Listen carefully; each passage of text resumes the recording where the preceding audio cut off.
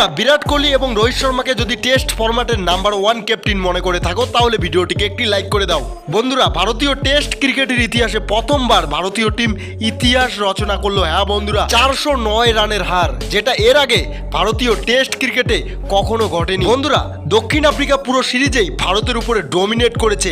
এত লজ্জাজনক হার। এর আগে যখন ভারতীয় টিম নিউজিল্যান্ডের বিরুদ্ধে হোয়াইট ওয়াশ হয়েছিল তখন ভারতীয় টিম কিছুটা হলেও ফাইট করেছে, কিন্তু দক্ষিণ আফ্রিকার বিরুদ্ধে 2টি টেস্ট ম্যাচের সিরিজে ভারত কোনো ধরনের ফাইট করতে পারেনি। এই হচ্ছে গৌতম গম্ভীরের টিম। বন্ধুরা, ভারতীয় টিমের হেড কোচ গৌতম গম্ভীর আজকে ভারতের টেস্ট ক্রিকেটকে কোন জায়গায় নিয়ে এসেছে সেটা আমার থেকে আপনি ভালোভাবে বলতে পারবেন। হ্যাঁ বন্ধুরা, দক্ষিণ আফ্রিকা এসে ভারতের মাটিতে ভারতীয় টিমের নিজের ঘরের মাঠে ভারতীয় টিমের অহংকার ভেঙে চুড়ে চুরমার করে 2-0 হোয়াইট ওয়াশ করে চলে গেল। আর সেই জন্য রেগে গেলেন ভারতের প্রাক্তন অধিনায়ক MS ধোনি। তিনি এমন বয়ান দিলেন যা শুনলে আপনি অবাক হয়ে যাবেন।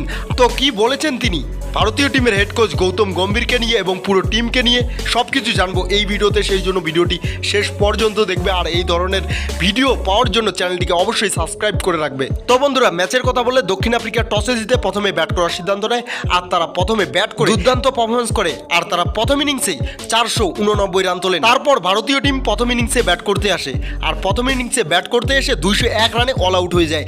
যেমন শীতকালে গাছের পাতা ঝরে পড়ে, তেমনি ভারতীয় টিমের ব্যাটসম্যানরা একটার পর একটা আউট হয়ে যায়। তারপর আবার দ্বিতীয় ইনিংসে দক্ষিণ আফ্রিকা ব্যাট করতে এসে 260 রান করে ইনিংস ডিক্লেয়ার করে দেন। তারপর ভারতীয় টিমের দরকার 550 রান, আর দক্ষিণ আফ্রিকার দরকার 10টি উইকেট।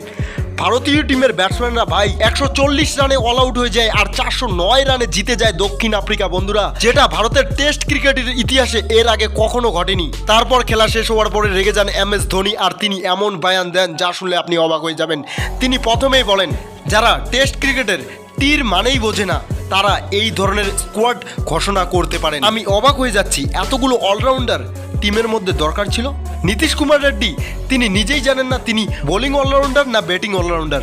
তিনি বোলিংয়েও পারফরমেন্স করতে পারছেন না, তার সাথে ব্যাটিংয়ের কথা তো বলছিই না। অজিত আগ্রেকার এবং গৌতম গম্ভীর, ভারতীয় টিম তোমাদের ব্যক্তিগত প্রপার্টি নয়, যাকে ইচ্ছা করবে তাকে দলে নিবে। ভারতের টেস্ট টিমকে ধ্বংস করে দিয়েছো তোমরা, আর রোহিত শর্মা এবং বিরাট কোহলিকে রিটায়ারমেন্ট নেওয়ার জন্য বাধ্য করেছো। রোহিত শর্মা, বিরাট কোহলি, আমি নিজে, সৌরভ গাঙ্গুলি, আমরা কত কষ্ট করে ভারতের টিমটাকে এক লেভেলে নিয়ে গিয়েছিলাম, আর তুমি কোন লেভেলে নিয়ে এসেছো?